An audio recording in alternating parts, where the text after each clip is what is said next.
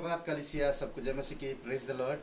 आइए हम लोग आज डिवोशन के लिए प्रार्थना करते। पिता परमेश्वर, हम धन्यवाद देते और एक शुभ अवसर आप हमें दिए। तू जीवित है, पराक्रमी सर्वशक्तिमान परमेश्वर। तेरी करुणा और दया का वो फार्मूला हमें दो पिता, जिससे हम लोगों को तेरी करुणा और दया की फार्मूला दे सके। वो सुसमाचार की वो वैक्सीन दो प्रभु यीशु, जो हम दूसरों को बता सके और उनके प्राणों को बचा सके। प्रभु यीशु मसीह, तू सच्चा और जीवित परमेश्वर है और तेरी आत्मा के सामर्थ से तू हमें अगुवाई कर। धन्यवाद देते दयालु और कृपालु परमेश्वर, यीशु मसीह के नाम से मांगते, आमीन। ओके, हम लोग सब विश्वासी है और विश्वासी होने के नाते विश्वासियों का भीतरी जीवन के बारे में आज हम लोग बात करेंगे। भीतरी जीवन, ऊपरी नहीं, भीतरी जीवन। अगर आप एक विश्वासी हो तो परमेश्वर का संतान हो, और परमेश्वर का संतान होने के कारण आप परमेश्वर की स्वभाव और कैरेक्टर को आपको प्रकट करना होगा। किस तरह से? वो वचन के द्वारा, कलीसिया के द्वारा, बाइबल स्कूल के द्वारा। और जैसे जैसे आप आगे बढ़ते हैं तो आपकी भीतरी जीवन मजबूत होते जाता है। तो देखते हैं हम लोग दो तीन बातें हम लोग देखते हैं। मत्ती का 6:6 कहता है, उसकी ताकत गुप्त प्रार्थना में है। विश्वासियों का भीतरी जीवन गुप्त प्रार्थना है। हम बहुत सारे लीडर्स को देखे हैं, वो एकांत में परमेश्वर के साथ समय बिताते हैं, बाइबल पढ़ते हैं, परमेश्वर के साथ बातें करते हैं, परमेश्वर की अगुवाई में चलते हैं, पवित्र आत्मा से भरपूर रहते हैं।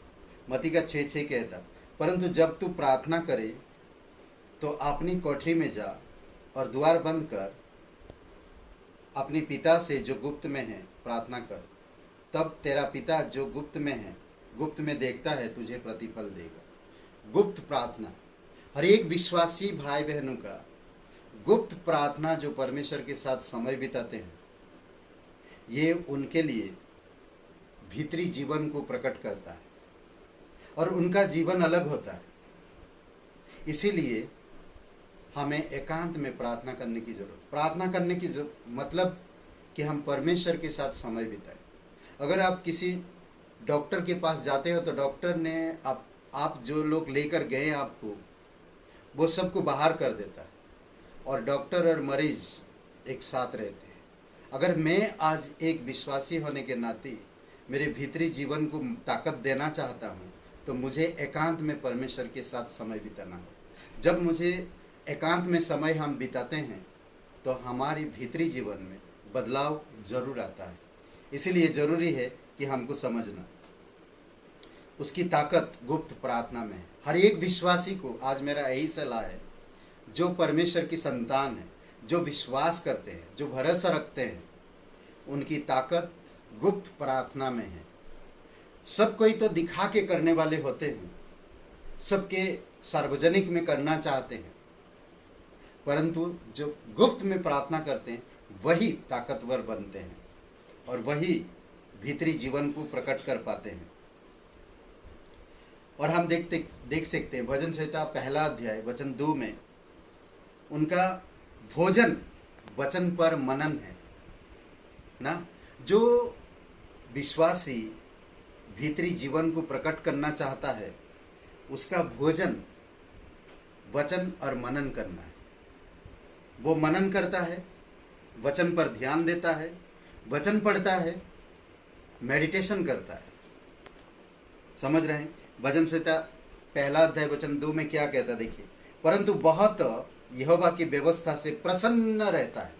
कितनी खुशी की बात है। एक विश्वासी परमेश्वर की व्यवस्था में, परमेश्वर की वचन में खुश रहता, परमेश्वर की राज्य में, और उसकी व्यवस्था पर रात दिन ध्यान करता रहता है। अद्भुत बात है। ये विश्वासी, उसका भीतरी जीवन अलग होगा, जो सच में परमेश्वर की व्यवस्था में, परमेश्वर की वचनों में रात दिन ध्यान करता रहता है, मेडिटेशन करता है, पढ़ता है, उसके बारे में सोचता है, परमेश्वर से सलाह लेता है और अपने जीवन को उसी प्रकार ढालता है जैसा परमेश्वर चाहता है। वाह, ये कितनी खुशी की बात, कितनी आनंद की बात, अद्भुत है। और हम देख सकते गलतियों का 5:25 में उसका वातावरण या उसका वातावरण आत्मा में चलना है। एक विश्वासी को हमेशा आत्मा में चलने की आवश्यकता है। गलतियों का 5:25 में कहता, यदि हम आत्मा के द्वारा जीवित है तो आत्मा के अनुसार चले भी। तो ये विश्वासी का जीवन, भीतरी जीवन अलग होगा, सबसे हटके होगा। उसका चेहरा चमकेगा। वो जब कहीं जहाँ कहीं किसी को कहने की ज़रूरत नहीं पड़ेगा। वो जानता है हमें क्या करना है। पवित्र आत्मा के अनुसार वो भरा रहता है। आत्मा के अनुसार वो चलता है। परमेश्वर के वचन में रात दिन ध्यान करता है। परमेश्वर के साथ गुप्त में समय बिताता है। कहते नहीं, सबके सामने जब हम खड़े होकर कुछ कहते हैं तो लोगों की वाहवाही सुनाई देता, लोग ताली बजाते हैं, हमारी पीठ थपथपाते हैं, अरे वाह बहुत अच्छा किया। परंतु जो इंसान गुप्त में काम करता है, परमेश्वर उसको देखता है और वही सच्चा विश्वासी कहलाता है। आमीन।